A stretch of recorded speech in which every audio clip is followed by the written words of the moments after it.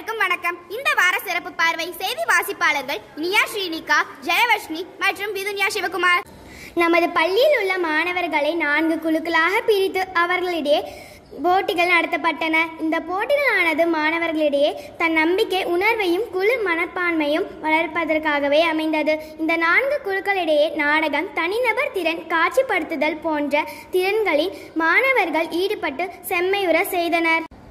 கண்ணப்ப நாயனார், திருநாவுக்கரசர், மாணிக்க வாசகர் போன்ற நாயனார்களின் கதைகளும் சிபி சக்கரவர்த்தியின் நேர்மை தவறா குணமும் நெகிழ்ச்சியை ஏற்படுத்தியது. அதேபோல் Chaucer literary association English club நடைபெற்றது.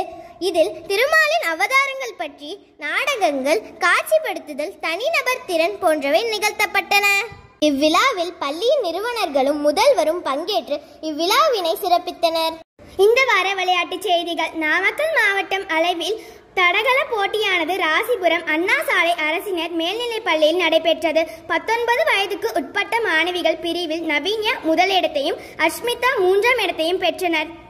17 வயதுக்கு உட்பட்ட மாணவிகள் பிரிவில் 3000 மீட்டர் தொடரோட்டத்தில் சஞ்சிதா 2ஆம் இடத்தையும், 4x100 தொடரோட்டத்தில் சஞ்சிதா, சிபிதா, சிவானி, சஷ்மிதா 2ஆம் இடத்தையும் பெற்றனர். மேலும் 4x400 தொடரோட்டத்தில் சஞ்சிதா, சிபிதா, சிவானி, சஞ்சுஸ்ரீ முதல் இடத்தையும் பெற்றனர்.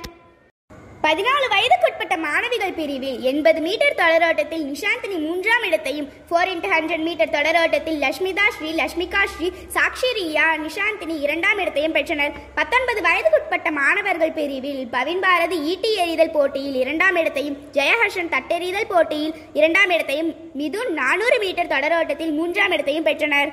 மேலும் நவீன்யா, சன்ஷிதா, ஷிபிதா, சிவானி, சஷ்மிதா, பவின் பாரதி, ஜெயஹர்ஷன் போன்ற மாவட்ட அளவில் நடைபெற்ற போட்டிகளில் வெற்றி பெற்று மாநில அளவில் நடைபெறும் போட்டிகளுக்கு தகுதி பெற்றனர் என்பதை மகிழ்வுடன் தெரிவித்துக் கொள்கிறோம்.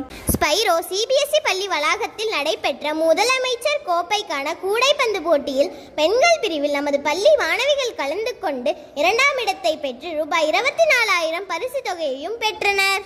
மேலும் முதலமைச்சர் கோப்பைக்கான கையுந்து போட்டியில் நமது மாணவர்கள் கலந்து கொண்டு முதலிடத்தை பெற்று ரூபாய் 42,000 பரிசு தொகையும் பெற்றனர் என்பதை மகிழ்வுடன் தெரிவித்துக் கொள்கிறேன்.